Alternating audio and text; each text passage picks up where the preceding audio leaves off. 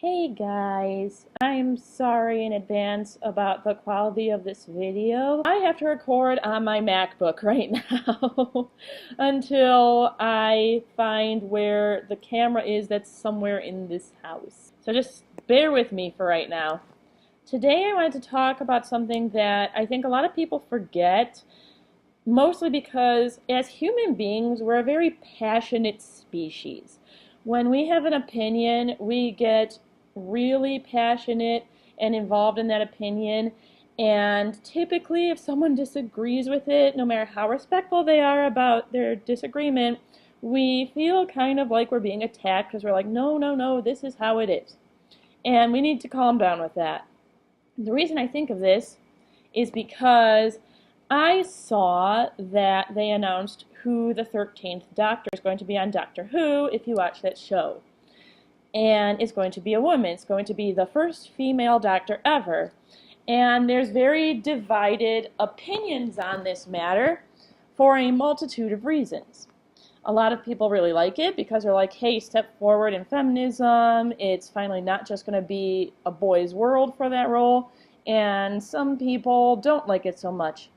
I, surprisingly enough, am on the spectrum. Don't like it so much for personal reasons. It has nothing to do directly with her being female. There's just other reasons attached to it based on being burned, especially this year, by other shows. And the main problem that I've experienced from this is the fact that as soon as someone says they're not a big fan of the idea of this woman playing the new Doctor, people are jumping down their throats, calling them misogynist, saying that they're anti-feminism before they even give them a chance to explain why. Literally, all they get out is, I'm not a big fan of this idea, and right then everyone's like, "Ugh!" And there's no reason for it at all. I honestly think in fandoms, we need to keep in mind that television and movies are an art form. Art is subjective. Everything dealing with art is in opinion, which means that it isn't right or wrong. It's both and neither. And if someone has a different opinion than you, it doesn't mean that they're wrong, because that's impossible when it's an opinion. And it doesn't mean that they're a bad person. It just means they're coming from a different thought process than you. And rather than freaking out and assuming something about the person, we need to take the time to try to understand why they feel that way. My policy is, when it comes to art, you should be fair and you should be kind. And jumping on somebody and getting all your friends to do it online is not fair or kind. You would hate it if somebody did that to you, so don't do it to them. Going back to that golden rule you learned as a kid. If you don't want someone to do it to you, you shouldn't be doing it. That's just as simple as it is. I've been in many fandoms in my lifetime, and there have been a few occasions where somebody posted that they didn't like something that I happened to like at the time, and I asked them, oh, well, why don't you like that? And they tend to give their opinion, and I'm like, oh, well, I get that. I mean, I see it this way rather than that way, but I can understand why you feel the way you do. And the reason it's so easy for me to understand someone's opinion, even if I don't agree with it, and explain to them that I still don't agree, but it's okay if they have that, is because I'm a writer, and I was taught argumentative essay writing. And when you're doing an argumentative essay, you have to voice your opinion, then you have to explain that you understand what the opinion opposite yours is, and then circle back around politely and constructively to why you feel the way you do. At no point can you say I, at no point can you say that you feel something or mention any emotions like that, but you can appeal to emotions. And I take what I learned in this argumentative essay writing and I apply it to real life like this. And it is going to take some time. On average, it takes about a month to learn to break a habit you have.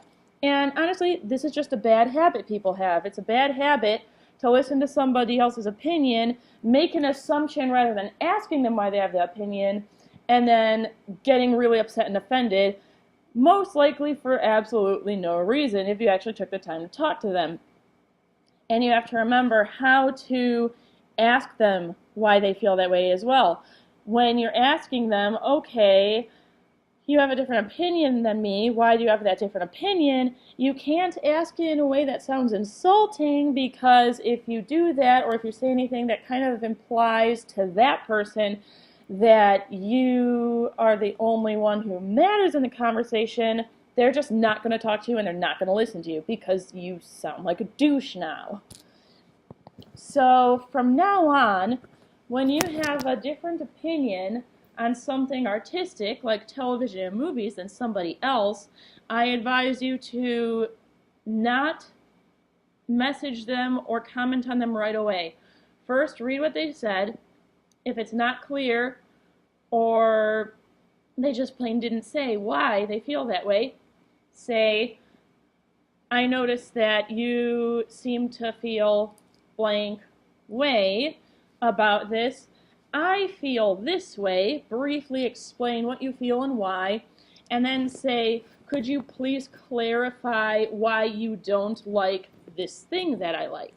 Could you please clarify? Those exact words are very good to use because it's showing interest in what they feel, which is important to people, without being insulting about it.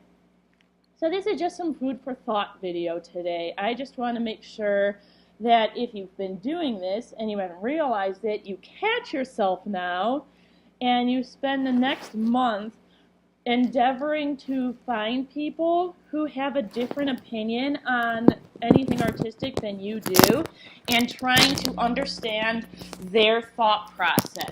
Intentionally spend a month looking for them, seeking them out, and talking to them so you can understand their point of view, because that is the best way for you to break this bad habit of coming off insulting to people, by intentionally seeking them out. And try to do it once a day, or at the very least every other day, because then you're really putting a conscious effort into this. That's all I got to say about this one. I hope you learned something, and I hope you enjoy the cute way this house is decorated. It's adorable. We all decided on a sea theme. And I will see you hopefully next week.